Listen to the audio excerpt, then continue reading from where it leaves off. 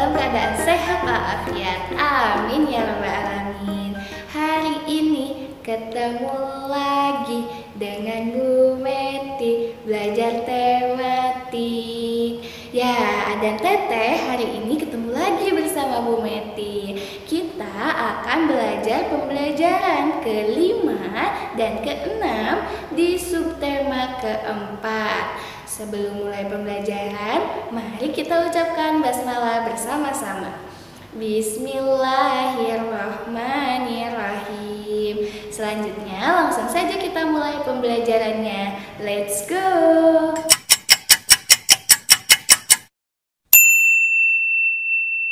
Nah, ada Teteh, ada pun materi yang akan kita pelajari pada hari ini. Yang pertama kita akan belajar tentang PJOK, kemudian kita akan belajar tentang Bahasa Indonesia. Yang ketiga kita akan belajar tentang PKN, dan yang terakhir kita akan belajar tentang matematika.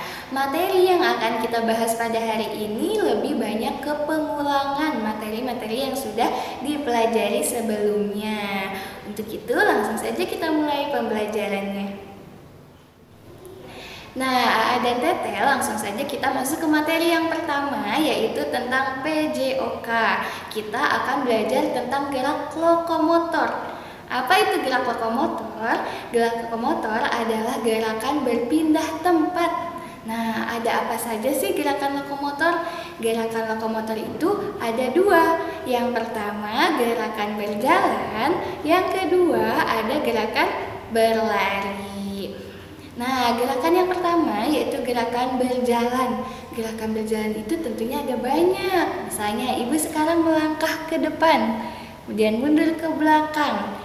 Nah, itu termasuk ke gerakan berjalan. Gerakan berjalan itu ada tiga. Yang pertama, gerakan berjalan ke depan, kemudian ada gerakan berjalan ke belakang, dan gerakan berjalan ke samping. Ya, nah ketika kita berjalan, sikapnya juga harus baik. Kita harus berjalan dengan tegak, kemudian tangan atau pandangannya lurus ke depan. Gak baik kalau misalnya kita berjalan leyeh-leyeh gini. Nah, itu kurang baik, bisa merusak tulang-tulang kita juga.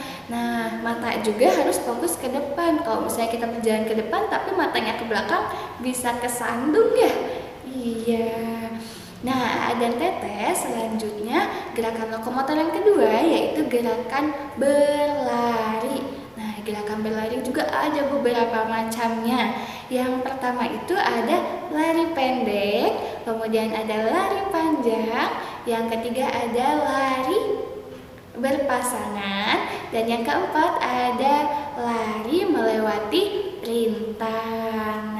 Dan Teteh, jika lari pendek itu langkahnya kecil-kecil. Kemudian jika lari panjang, langkahnya itu lebih besar lagi. Jika lari melewati rintang, maka ada rintangannya.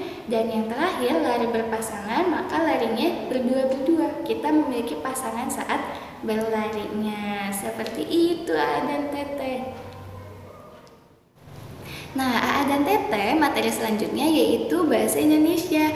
Kita akan belajar tentang kalimat ajakan dan kalimat penolakan. Kita sedikit mereview ya, karena pada pembelajaran selanjutnya, pada pembelajaran sebelumnya kita juga sudah belajar kalimat-kalimat tersebut. Sekarang ibu akan menampilkan sebuah percakapan antara Adi dan juga Nina. Di sini Adi berkata kepada Nina, "Kak, ayo kita menonton film di televisi." Kemudian jawab Nina, "Maaf Di, kakak ingin membaca buku ini dulu." Nah, pada percakapan ini terdapat kalimat ajakan dan juga kalimat penolakan. Kira-kira kalimat ajakan yang diucapkan oleh siapa ya? Oleh Adi atau oleh Nina? Iya, betul, oleh Adi. Adi di sana yang mengajak. Kemudian kalau kalimat penolakan diucapkan oleh siapa? Ya, betul, oleh Nina. "Maaf Di, kakak ingin baca buku ini dulu." Itu termasuk kalimat penolakan. Selanjutnya di percakapan yang kedua ada percakapan Tony dan temannya. Nah, di sini Tony berkata kepada temannya, "Ayo kita bermain layang-layang bersama." Nah, temannya menjawab apa? "Maaf Ton, aku sudah janji akan bermain bola dengan Joni." Nah, ini juga apa ya? Ada kalimat ajakan dan kalimat penolakan. Kira-kira siapa yang mengucapkan kalimat ajakan? Betul, Tony yang mengucapkan kalimat ajakan, dan yang mengucapkan kalimat penolakan adalah temannya. Pintar, sepertinya Aa dan Teteh sudah paham ya mengenai kalimat ajakan dan juga kalimat penolakan. Nah, Aa dan Teteh, materi selanjutnya kita akan belajar tentang PKN, pengamalan sila Pancasila. Sekarang kita akan belajar pengamalan sila ketiga, keempat, dan juga kelima. Ibu mau tanya, ada yang masih ingat bunyi sila ketiga Pancasila itu apa ya? Apa? Ya, pintar. Persatuan Indonesia. Nah, untuk pengamalan dalam kehidupan sehari-hari, diantaranya kita bisa bekerja sama tanpa membeda-bedakan suku. Misalnya kita sama-sama bekerja sama orang Sunda, kemudian ada yang orang Batak, kemudian ada yang suku Jawa. Kita sama-sama bekerja sama membersihkan lingkungan. Contohnya seperti itu. Kemudian yang kedua ada menghormati adat istiadat suku lain.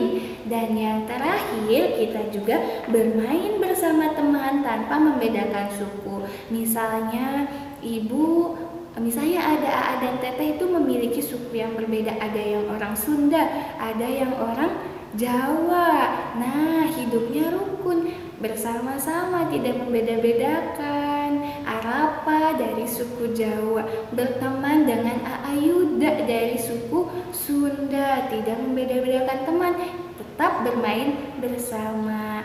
Nah, untuk sila yang keempat, apa coba bunyinya? Apa? Ya, kerakyatan yang dipimpin oleh hikmat kebijaksanaan dalam permusyawaratan perwakilan. Contohnya itu seperti berdiskusi. Iya, betul. Berdiskusi untuk menentukan suatu keputusan. Pintar. Kemudian yang kelima, apa? Keadilan sosial bagi seluruh rakyat Indonesia. Contohnya apa? Memberikan bantuan kepada korban bencana alam. Nah, seperti itu Aa dan Teteh. Contoh pengamalan sila Pancasila yang ketiga, empat, dan juga kelima. Materi selanjutnya yaitu tentang matematika. Di sini kita akan belajar mengubah sebuah kalimat matematika menjadi soal cerita. Nah, contohnya ada sebuah kalimat matematika seperti ini. Misalnya 400 dikurangi 140 ditambah 350. Kita akan mengubah soal matematika ini menjadi bentuk soal cerita. Nah, caranya kita lihat operasi hitungnya dulu. Ada kurang dan ada tambah.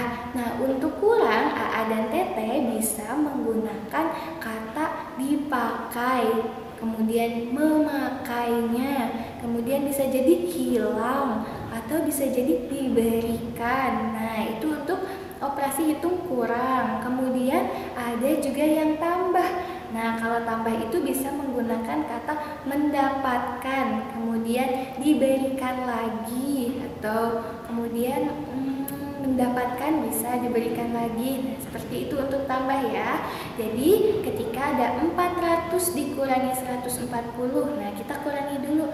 Misalnya ya, Lina memiliki 400 biji-bijian. Nah, karena dikurangi, maka mau menggunakan kata apa? Bisa dipakai, bisa hilang, bisa jatuh. Misalnya yang mana? Apa? Iya, bisa dipakai. Nah, Nina memiliki 400 biji-bijian, telah dipakai sebanyak 140 biji-bijian. Kemudian ditambah, coba kita mendapatkan lagi ya. Nina mendapatkan lagi sebanyak 350 biji-bijian. Berapa jumlah biji-bijian Nina sekarang? Nah, seperti itu contohnya Teteh. Jadi kalau dikurangi itu bisa dipakai atau bisa juga hilang, jatuh, seperti itu ya.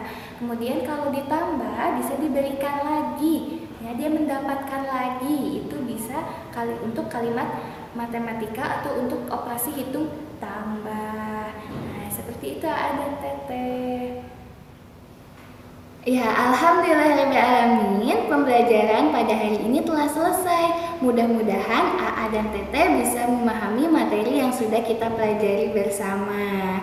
Nah, mari kita tutup pembelajaran hari ini dengan mengucapkan hamdalah bersama-sama. Alhamdulillahirabbil alamin. Ibu mohon maaf atas segala kekurangannya. Sampai bertemu di pembelajaran selanjutnya. Assalamualaikum warahmatullahi wabarakatuh.